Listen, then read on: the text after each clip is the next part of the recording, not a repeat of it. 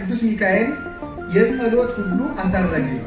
የእግዚአብሔርን ስም የተሸከመ እስራኤልን የመራና መንገድ ያስተካከለ ምግባቸውን የሰጣቸው ስንቅ አቀባይና መጋቢ መልአክ ቅዱስ ሚካኤል እና ቅዱስ ሚካኤል ከመከራ ያወጣችኋል፣ መንገድ ያስተካክልላችኋል። መጋቢ ነው፣ ስንቅ ያቀብላችኋል፣ ካሰባችሁት ያደርሳችኋል። ቅዱስ ሚካኤል የመንገድ መሪ ነው፣ ስንቅ አቀባይ ነው፣ ከመከራ ጠባቂ ነው። ርስት የሚያወርስ መልአክ ነው ቅዱስ ሚካኤል። ቅዱስ ሚካኤል ጠላትን ይዋጋል፣ ሀገር ይጠብቃል።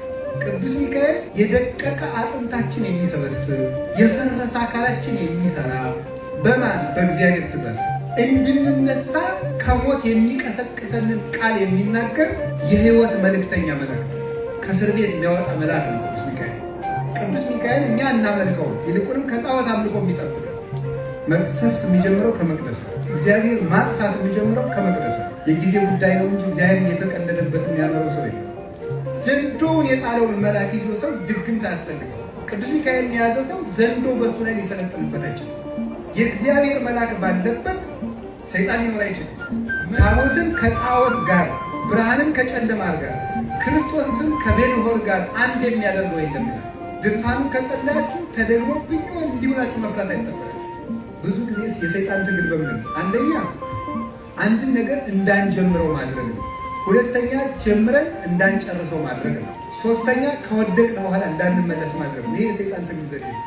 ቅዱስ ሚካኤል ግን የጀመሩትን የሚያስጨርስ ከመቅበዝበዝ የሚጠብቅ ነው። ሚካኤል ማለት መኑ ከመ እግዚአብሔር ማለት ነው። እንደ እግዚአብሔር ያለ ማን ነው የሚለው። ስለዚህ ስሜን በላዩ ላይ የያዘ መልአክ ይመጣልና እንዳታሳዝኑት ተጠንቅላ ከልቅሶ ከሐዘን ታረጋጊ ዘንድ ርግቤ መደምደሚያዬ መልካሚቱ ማርያም ወደ እኔ ነይ፣ ደስታን ከሚሰጥ ከቅዱስ ገብርኤል ጋር እና እንዳንቺ ርኅሩህ ከሆነ ከቅዱስ ሚካኤል ጋር ወደ እኔ ነይ።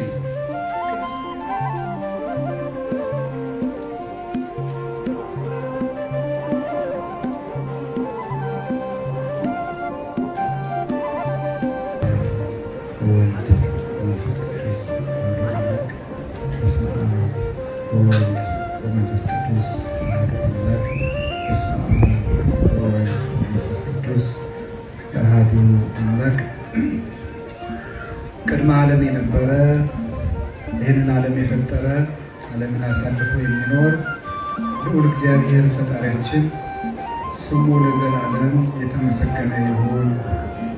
የእናታችን የቅድስት ድንግል ማርያም፣ የቅዱሳን መላእክት፣ የቅዱሳን ነቢያት፣ የሐዋርያት፣ የሰማዕታት፣ የጻድቃን፣ የደናግል፣ የመነኮሳት፣ የቅዱሳን ሁሉ ረድኤት ከሁላችን ጋር ይሁን። የተከበሩ መላከ ፀሐይ ቆሞስ አባ ገብረ ሥላሴ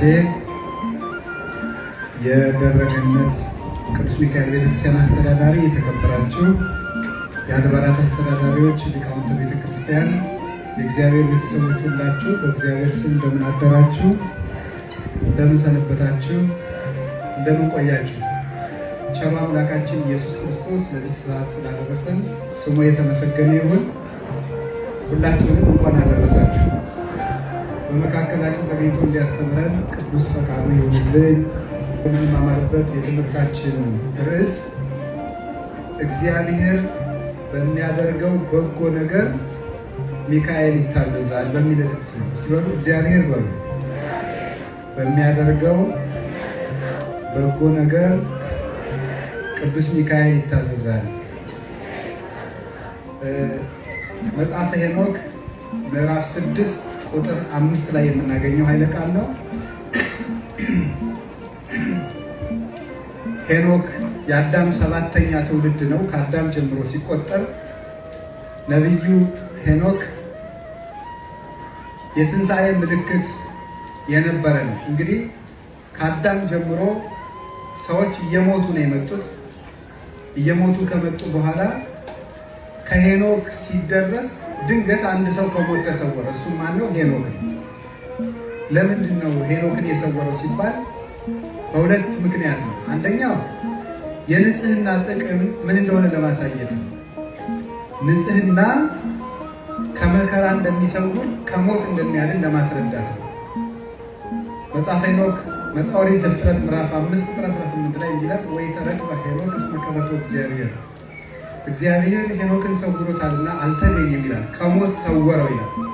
ንጹሕ ስለሆነ እግዚአብሔርን ደስ ስላሰኘ የንጽህና ዋጋ ከሞት ያድናልና ከሞት የሰወረው ለንጽህናው ነው። ሁለተኛ ደግሞ ቃየል ሞቶ ስለነበረ ሰዎች ሁሉ ሞትን እንጂ ትንሣኤን ረስተው ስለነበረ ትንሣኤ እንዳለ ለማስረዳት ሄኖክን ከሞት ሰወረው። ቅዱስ ዮሐንስ አፈወርቅ እንዲህ ይላል፣ በአቤል አንቅሆም አፍርሆም ወበሄኖክ አንቅሆም። በአቤል አስፈራቸው፣ በሄኖክ አነቃቸው ይላል። በአቤል አስፈራቸው፣ በሄኖክ አነቃቸው። አነቃቸው ማለት ሄኖክ ትንሣኤ እንዳለ ቃየልን በመግደል ሞትን እንዲፈሩ አደረጋቸው። ሄኖክን በመሰወር ደግሞ ንቃት ሰጣቸው። ሰውን ከተስፋ መቁረጥ የሚያወጣው የዘላለም ሕይወት የመንግሥተ ሰማያት ሕይወት በመሆኑ በዚህ ምክንያት ሄኖክ ተስፋ ለቆረጡ ሰዎች ንቃት እንዲሆን ነበር ከሞት የሰወረው እግዚአብሔር። ነቢዩ ሄኖክ በዚህ ዓለም በቅቶ በገነት ጓሮ ወድቆ ይጸልይ ስለነበረ እግዚአብሔር ምስጢር የገለጠለት የነፋስን መልክ ሳይቀር ያየ ነው። እስኪ አንተ ያክል ጠይቃችሁ፣ ነፋስ መልክ አለው የለውም? አለው የለውም ማለት በምን አወቃችሁ? ነፋስ መልክ እንደሌለ በምናደርግ ለወደፊቱ የማታውቁትን ነገር እናውቃለን። ነፋስ መልክ አለው። መልኩ ደግሞ ምንድነው? ጥቁር ነው። ማነው ያየው? ሄኖክ ነው። እስመ ነፋስ በአርያሙ ጸሊም ይላል።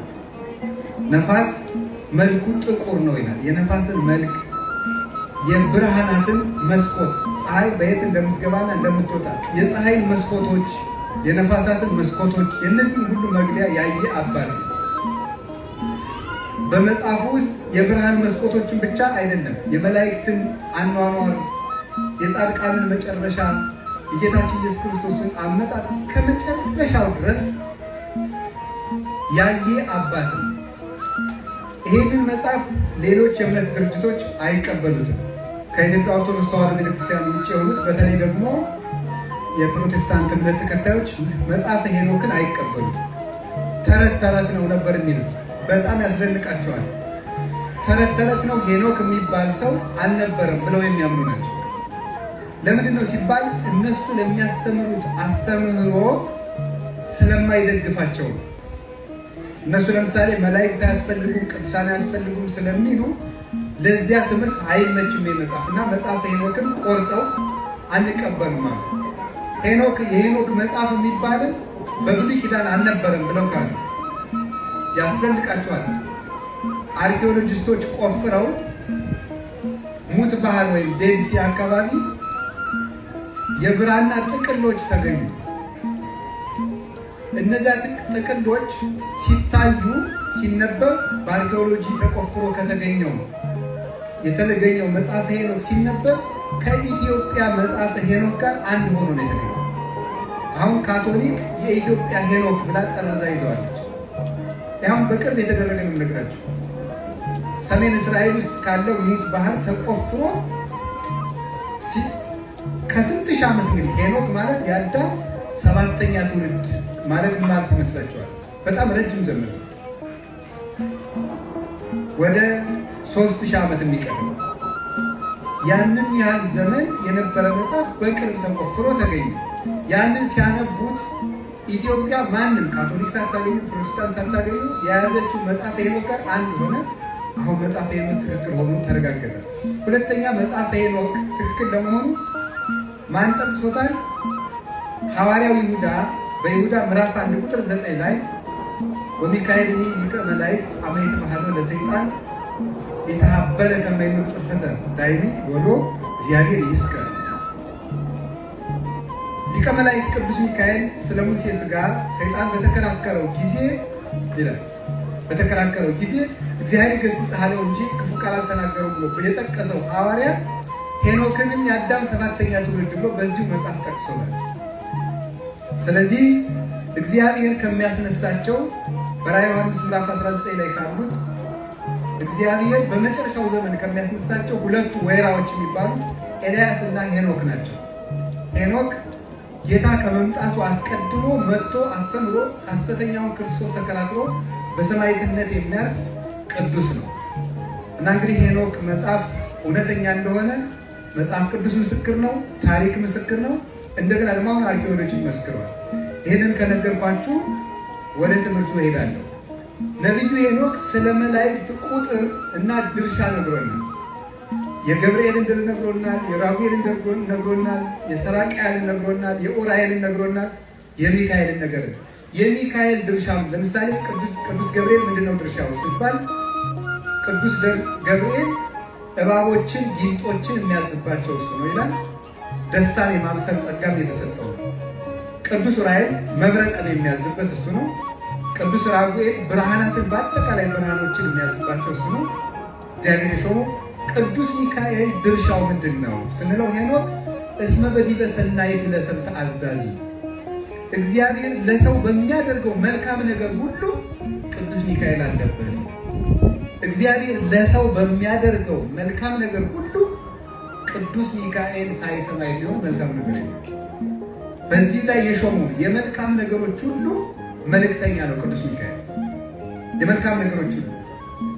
ምክንያቱም ሳጥናኤል ተዋግቶ ከወደቀ በኋላ ሊቀ መላእክት ነው የተሾመ፣ የመላእክት ሁሉ አለቃ ሊቀ መላእክት ነው የተሾመ ማን ነው? ቅዱስ ሚካኤል። ሚካኤል ሊቀ መላእክት መኑ ከማከለ ሁሉ መላእክት ከመላእክት መካከል እንዳንተ ያለ ልዑል ማን ነው? ቅድም በመዝሙር የተዘመረልን እንዳንተ ያለ ልዑል ማን ነው? ከመላእክት ከፍ ያለ ማን ነው? አስተምህር ለነ በ10ቱ አርባዕቱ ትልምልናከ ይላል ቅዱስ ያሬድ። በ14ቱ ልመናዎች አማልደን ብለዋል ቅዱስ ሰንበት ተማሪዎች ሲዘምሩ። ምንድን ናቸው እነዚያ? በ14 ልመናዎች 10ቱ አርባዕቱ ትልምልናከ የቤት ስራ ሰጥቻቸው አልታለ። የቅዱስ ሚካኤል 14ቱ ልመናዎች ምንድን ናቸው? ይሄንን መዝሙር ስታጠኑ እንድትጠይቁ የቤት ስራ ሰጣችኋል። ወደ ትምህርቱ ይሄዳል። ቅዱስ ሚካኤል ግን እግዚአብሔር ለሰው በሚያደርገው መልካም ነገር ሁሉ የተሾመ ነው። የመጀመሪያ ሹመቱ ምንድን ነው? ምን ይመስላችኋል? የመጀመሪያው ሹመቱ ቅዱስ ሚካኤል የጸሎት ሁሉ አሳራጊ ነው። በቤተ ክርስቲያን ውስጥ 9 መላእክት አሉ። 2ቱ ከቤተ ክርስቲያኑ በር ላይ የሚቆሙ ናቸው። 2ቱ ደግሞ ከቤተ ክርስቲያኑ ከበረንዳው የሚቆሙ ናቸው። 2ቱ ቅኔ ማህሌት ላይ የሚቆሙ ናቸው። 2ቱ ቅድስት የሚባል የቤተ ክርስቲያን ሁለተኛው ክፍል። ቅኔ ማህሌቱ ላይ 2 መልአክ አለ። ቅድስቱ ላይ 2 መልአክ አለ፣ የቤተ ክርስቲያን ሁለተኛው ክፍል። መቅደሱ ላይ 1 መልአክ አለ። ለምሳሌ ሕዝብ ሲበደል፣ ድሃ ሲበደል፣ ሰው ኃጢአት ሲሰራ ግፍ በዛ፣ በዚህ ሀገር ላይ መቅሰፍት ይታዘዝበት፣ ይሄ ሕዝብ ተነግሮ አልሰማም ብለው ከቤተ ክርስቲያኑ በር ላይ ያሉት ከቤተ ክርስቲያኑ በረንዳ ላሉት ይነገራል። ከቤተ ክርስቲያኑ በረንዳ ያሉት ከቅኔ ማህሌት ላሉት ይናገራል። ከቅኔ ማህሌት ያሉት ከቅድስት ላሉት ይናገራል። ከቅድስት ያሉት መቅደስ ላሉት ይናገራል። መቅደስ ያለው አንድ ነው። መቅደስ ያለው ለቅዱስ ሚካኤል ይናገራል። ቅዱስ ሚካኤል ለእግዚአብሔር ያቀርባል። እግዚአብሔር መቅሰፍት በዚያች ሀገር ላይ ይዘዝበት ብሎ የሚሰጠው ለቅዱስ ሚካኤል አምጥቶ መቅደስ ላለው ይሰጠዋል። መቅደስ ያለው መቅሰፍቱን በቅድስት ላሉት ይሰጣቸዋል። ቅድስት ያሉት ቅኔ ማህሌት ላሉት ይሰጣቸዋል። ቅኔ ማህሌት ያሉት በበረንዳ ላሉት ይሰጣሉ። በበረንዳ ያሉት ከቤተ ክርስቲያኑ በር ላይ ላሉት ይሰጧቸዋል። እነዚያ አንስተው ለሀገር መቅሰፍት ያዛሉ። መቅሰፍት የሚጀምር ከየት ነው? ከመቅደስ ነው። መቅሰፍት የሚጀምረው ከመቅደስ ነው። እግዚአብሔር ማጥፋት የሚጀምረው ከመቅደስ ነው። የጊዜ ጉዳይ ነው እንጂ እግዚአብሔር እየተቀለደበት የሚያኖረው ሰው የለም። ወይ እስከምንመለስ ነው። ዋንደቲ ኤገሶ ለአሞሪውን ከመይትፈጸም አለሃት እስከይትፈጸም አለሃት ያቱ አሞሪውን ኃጢአቱ እስኪፈጽም ድረስ ታገሰዋለሁ እንዳለ ኃጢአታችን ጭራሽ ከፍ ካለ ቦታ የወደቀ ሰው ስብራቱ ትልቅ እንደሆነ ወኮነ ድቀቱ አቤት አወዳደቅ ከፋኔ ነው። ቅርብ ቦታ ላይ የወደቀ ሰው በቀላሉ ሳይሰበር ይነሳል። ከፍ ካለ ቦታ የወደቀ ሰው ግን ሳይደቅ አይቀርም እና እግዚአብሔር እንዲህ አድርጎ መቅሰፍት ያዛል። የዚህ ጊዜ ቅዱስ ሚካኤል ምን ይላል? መሐሮሙ እግዚኦ ወተሳሃሎሙ ይላል። መሐሮሙ እግዚኦ ወተሳሃሎሙ ይላል። እነዚህ ሲቆጠሩ ፊደሎቹ 14 ናቸው። ብዙ ጊዜ የማናውቀውን ቃል እግዚአብሔር መጮህ ስለሌለብን ማለት ነው። መሐሮሙ እግዚኦ ወተሳሃሎሙ የሚሉት ሲቆጠሩ 14 ናቸው። መሐሮሙ እግዚኦ ወተሳሃሎሙ 14። በ14ቱ ልመናዎች ያለ ቅዱስ ያሬድ የግዕዝ ሊቅ ስለሆነ ቅዱስ ያሬድ ግዕዝን መልክ የሰጠው እሱ ስለሆነ መሐሮሙ እግዚኦ ወተሳሃሎሙ የሚለው አቤቱ ማራቸው ይቅር በላቸው የሚል ይችን ቃል ከእግዚአብሔር ከመንበሩ ስር ይገባና ቅዱስ ሚካኤል ያቀርባል። ሲያቀርብ ምሕረት ለቅዱስ ሚካኤል ይሰጠዋል። ቅዱስ ሚካኤል ያመጣና በመቅደስ ላለው ምሕረት ይሰጠዋል። በመቅደስ ያለው በቅድስት ላሉት ምሕረት ይሰጣቸዋል። በቅድስት ያሉት በቅኔ ማህሌት ላሉት ምሕረት ያስተላልፋሉ። በቅኔ ማህሌት ያሉት በበረንዳ ላሉት ያስተላልፋሉ። በበረንዳ ያሉት ከቤተ ክርስቲያኑ በር ላሉት 2 መላእክት ይሰጣሉ። እንዲህ አድርጎ ቅዱስ ሚካኤል ምሕረት ለሀገር ያመጣል። ቅዱስ ሚካኤል የምሕረት መልእክተኛ ነው። መልአከ ምሕረት የሚባለው ከዚህ የተነሳ ነው። ምሕረትን የሚያመጣ ነው። ፍጹም ርኅሩህ ነው። አባትዬ ድንግል ለዚህ ነው እንዘ ተሐቅፍዮ ለሕፃንኪ የጻዳ ወቀይሕ አመ ቤተ መቅደስ ወይኪ በለተ ታምር ወነጽ ነይ ርግቤ ትናዝዝኒ እምላክ ወዲህ ሰናይተ ምስለ ገብርኤል ፍሱሕ ወሚካኤል ከማኪ ርኅሩህ ይላል። እንዘ ተሐቅፍዮ ለሕፃንኪ ጽጌ ጻዳ ወቀይሕ ጻዳ በመለኮቱ ወቀይሕ በትስብእቱ የሚባል እንደ አምላክነቱ መብረቀ ስባት እንደ ሰውነቱ ስግው ቃል ወልደ እጓለ እመሕያው የሚባል የሰው ልጅ የሚባል ልጅሽን ታቅፈሽ በቤተ መቅደስ በገባሽ ጊዜ በርኅራኄሽ ርግቤ የተባለሽ ርግቤ ይቤላ በይንተ የዋሃታ ሰናይቴ ይቤላ በይንተ አርምሞታ። ቅዱስ ያሬድ ነው የሚናገረው። ስለ ደግነቷ ርግቤ ይላታል አለ። ሰናይቴ ይቤላ በይንተ አርምሞታ። ክፉ ነገርን የማትናገር ማርያም ተዓቅብ ዘንተ ሁሎ ተወድዮ ውስተ ልባ እንዳለ መልካም ቃልን በልቧ ትጠብቃለች እንጂ የማትናገር ስለሆነች ከዚህ የተነሳ ዝም ስለሚሰኝ ንግግሯ መልካም ርግብ ይላታል። ምልጃዋ ያማረ ስለሆነ ደግሞ መዓዛ አፏሃ ከመ ኮል ይላል። ከአንደበቷ የሚገኘው ቃል እንደ እንኮ እየጣፈጠ ነው ብሎ ይነገራል። ስለዚህ ንርግቤ ትናዝዝኒ እምላክ ከልቅሶ ከሐዘን ታረጋጊ ዘንድ ርግቤ መደምደሚያዬ መልካሚቱ ማርያም ወደ እኔ ነይ ደስታን ከሚሰጥ ከቅዱስ ገብርኤል ጋር እና ወሚካኤል ከማኪ ርኅሩህ እንዳንቺ ርኅሩህ ከሆነ ከቅዱስ ሚካኤል ጋር ወደ እኔ ነይ። ቅዱስ ሚካኤል በርኅራኄ እመቤታችን የሚመስል ነው። ከዚህ የተነሳ የምህረት መልአክ ይባላል። እግዚአብሔር ምህረትን ለሰው ልጅ እንዲሰጥ የሚለምን የእስራኤል ትንቢተ ዘካርያስ ምዕራፍ 1 ላይ እንደተጻፈ የእስራኤል መከራ እንዲያበቃ 70 ዘመን ይለምንላቸው የነበረው መልአክ ቅዱስ ሚካኤል ነው። የመከራ ዘመን እንዲያጥር ረጅም ዘመን የሚሰቃዩ ሰዎች ስቃያቸው እንዲያጥርላቸው የሚያደርግ ቅዱስ ሚካኤል ነው። ትንቢተ ዘካርያስ ምዕራፍ 1 ላይ ትንቢተ ዳንኤል ምዕራፍ 4 ቁጥር 13 ላይ እንደተጻፈ ቅዱስ ሚካኤል መከራ ያሳጥራል። ለ5 ዓመት የምንቀበለው መከራ በአጭር ጊዜ እንዲያልቅልን ያደርጋል። እስራኤልን የምትምራቸው መቼ ነው እያለ ይጠይቅላቸው የነበረ መልአክ ነው።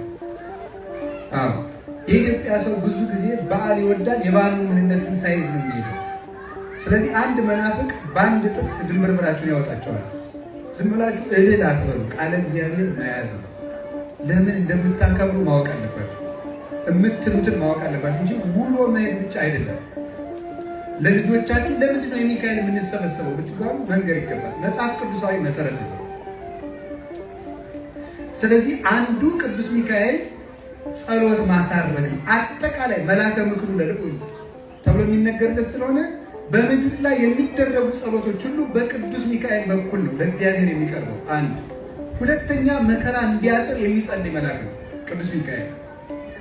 ሶስተኛ መልካም መንገዶችን ሁሉ የሚመራ ነው። መልካም መንገዶችን ሁሉ ይመራል። ለምሳሌ የእስራኤልን ጉዞ የመራ እሱ ነው። መርሆሙ መዓልተ በደመና ወኩሎ ሌሊተ በብርሃነ እሳት አውጽኦሙ ለሕዝቡ በትፍሥሕት ወበሐሤት። በቀንና በሌሊት ሕዝቡን ቀን በደመና ሌሊት በብርሃን መራቸው። ሕዝቡን በተድላ ደስታ ከግብፅ አወጣቸው። እንዘ ሚካኤል የሐውር ቅድመ ትዕይንቶሙ ለእስራኤል።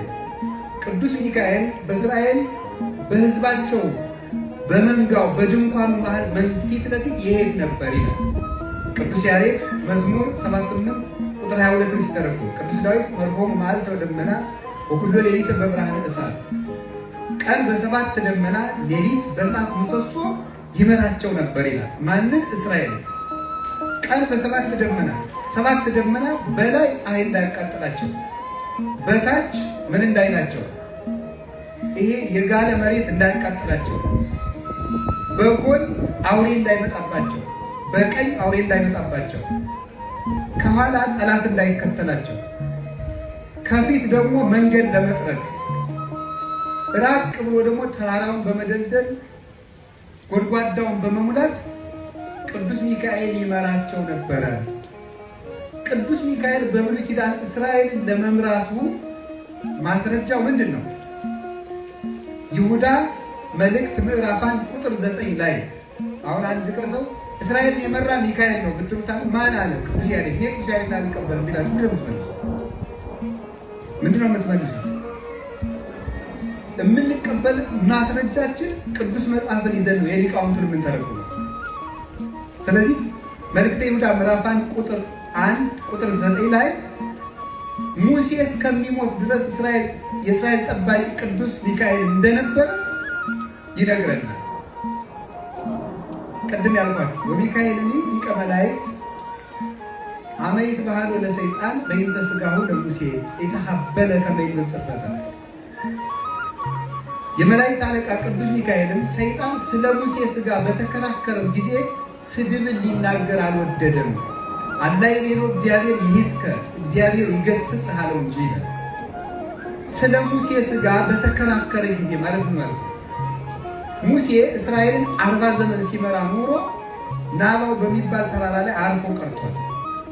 ሲያርፍ እግዚአብሔር የሙሴን መቃብር ሰውሮታል። ለምን? ሙሴን ከመውደዳቸው የተነሳ አምላክ ነው ብለው እንዳያመልኩት ስለፈለገ፣ ያልጠነከረ ልብ ስላላቸው ሃይማኖታቸው ግን አላደገም።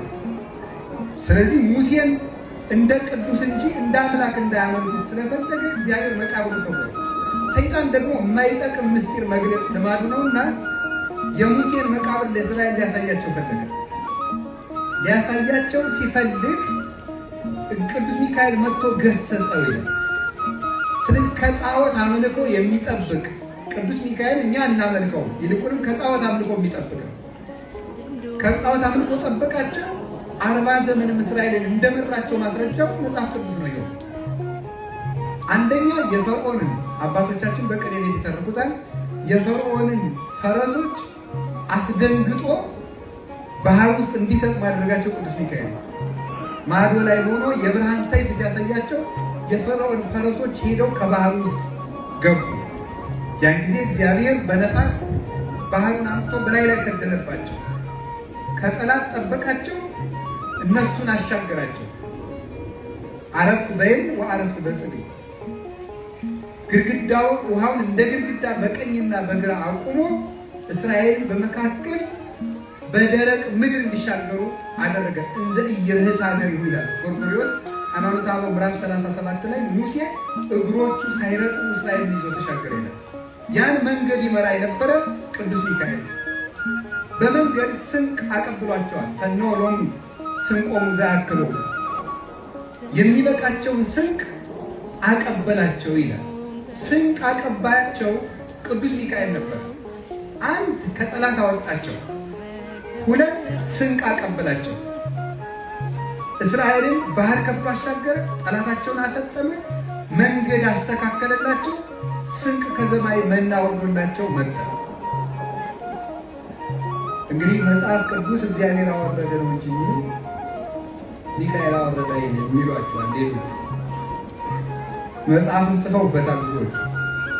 የቅዱስ ያሬድን ቃለ እግዚአብሔር ለመተቸት አንተም ሚካኤል መና ዘአውረድከ የሚለውን እግዚአብሔርን ያወረደን የሚለው መጽሐፍ ቅዱስ ዮሐንስ ወንጌል ምዕራፍ 6 ላይ አኮ ሙሴ ዘወሀበክሙ ዘንተ ምስተ አላ አቡየ ዘበሰማያት ወሀበክሙ፣ የበላችሁትን ምስት ሙሴ አልሰጣችሁም የሰማይ አባቴ ነው ብሎ ነበር። ስለዚህ ሚካኤል መና አላወረደም፣ መልእክተኛው ነው። እግዚአብሔር ምን ብሎታል? እፌኑ መላኬ በቅድሜከ ዘይጸይህ ፍኖተከ፣ መንገድህን የሚጠርግ መልአክ በፊት እልካለሁ እንዳታበሳጨው ስሜ በላዩ ላይ አለና ይላል። ሚካኤል ማለት መኑ ከመ እግዚአብሔር ማለት ነው። እንደ እግዚአብሔር ያለ ማን ነው የሚለው ፊቱ። ሚካ ሚ ማለት በዕብራይስጥ ማን ማለት ነው። ኤል ማለት አምላክ እግዚአብሔር ማለት ነው። ሚካኤል ማለት እንደ እግዚአብሔር ያለ ማን ነው የሚል ፍቻ ነው። ስለዚህ ስሜን በላዩ ላይ የያዘ መልአክ ይመጣልና እንዳታሳዝኑት ተጠንቀቁ፣ ይቀስፋችኋል ብሏቸዋል። የእግዚአብሔርን ስም የተሸከመ እስራኤልን የመራና መንገድ ያስተካከለ ምግባቸውን የሰጣቸው ስንቅ አቀባይና መጋቢ መልአክ ቅዱስ ሚካኤል